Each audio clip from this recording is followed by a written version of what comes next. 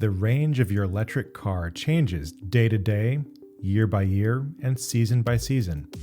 The same thing actually happens with a gas car, we just don't think about it as much. Still, it can be overwhelming to think that one day your range could be up to 40% more or less efficient than on a different day. You may be talking about a swing of more than 100 miles. I'm Andrew from Recurrent, which studies electric vehicles across all 50 US states to help people buy, drive, and sell electric vehicles with confidence. In this video, we look at the expected ranges for popular EV models, how that changes in different weather conditions, and what you can expect from your EV where you live. First, we should point out that there are two types of range loss that are very different. First, temporary range loss, caused by things like temperature, terrain, and tire pressure. Second, permanent range loss caused by things like age, how a car is charged, and how it's maintained. This video focuses on temporary range loss, but some of the things we'll discuss can contribute to permanent range loss over time. Let's talk about cold weather. Depending on where you live, how cold it gets, and the original range of your car, you may need to adjust your driving behavior to account for reduced range in cold weather. That's the bad news. The good news is that this range loss is temporary and there's no long-term detriment to your battery. As the ice melts and the temperatures rise, your vehicle's expected range at full charge should return to normal. This is visible in these charts, which are generated from real-life EV data. The range compared to EPA range is on the y-axis on the left, and the outdoor temperature is on the horizontal axis, the x-axis. We'll flip through several brands so you can see the differences.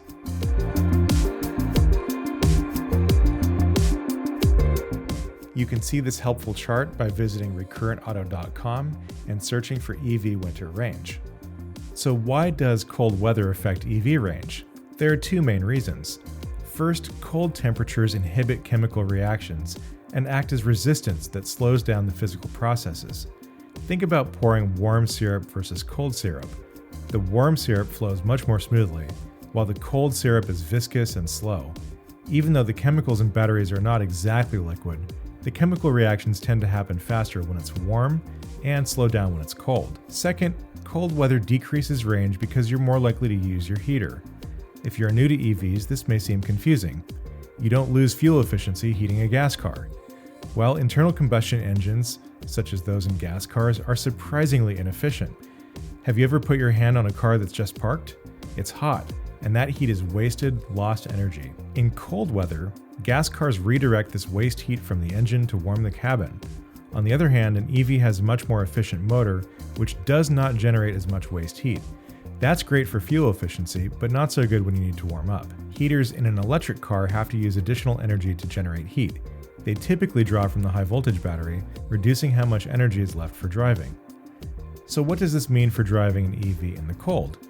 In short, you can expect your range to be lower and your charging time to be higher. But how much range loss are we talking about? Anywhere from 10 to 40% it turns out, depending on how cold it is and what sort of heating system your car uses. In almost all cases, warming the cabin and the battery will have the biggest effect on range, which is why we recommend preheating your car while it's plugged in. Finally, our friends from the Alaska Electric Vehicle Association want to spread the word that EVs are really great cars in the cold. Even though these cold weather drivers do see significant range loss when it's seriously cold, like -40, they still have plenty of miles in their day-to-day life and love the preconditioning features that many EVs have. Their recommendations are to use seat warmers, preheat your vehicle while it's connected to a charger, and enjoy driving. The most important thing to understand about batteries is that they provide energy from chemical reactions. Even in normal, healthy use of batteries, every time these chemical reactions occur, there is some minuscule amount of degradation. Heat can age batteries faster than usual because high temperatures increase the rate of chemical reactions inside a battery, including the unwanted chemical reactions that make batteries degrade. Most EVs have something called a battery management system. These battery management systems will prevent high voltage charging if your battery is too warm, or it will use coolants to keep the battery temperature down. You shouldn't let any fear of battery damage prevent you from using your car in the heat. But any opportunities to cool it down will improve the long-term battery life. You also won't notice any heat-related battery degradation for a long time. It is a slow process that builds up over time. One thing you may notice, however, is that your range is a little bit lower when you're really blasting the AC. Generally, you won't start to notice any major effects until it's pushing past 85 or even 90 degrees. But when it's in the triple digits, you may see temporary range loss of up to 30%. This is due to the energy required to cool the car, and your full range will return when the temperature drops. In practice, what does this mean? While you may not see any immediate effects from using your EV in the heat, other than a temporary range reduction, it's best to avoid charging and storing your car in a hot place. If you can find a shady parking spot or a cool garage, that will certainly preserve the life of your battery. If you're charging during a summer road trip, you might want to let your car cool down a bit before plugging in, or consider using a less powerful charger if possible. Some cars will also precondition the battery if you enter a DC fast charger in the navigation system. I hope this video is helpful. To learn more, visit recurrentauto.com and maybe think about connecting your vehicle to get ongoing insights. As always, thanks for driving electric.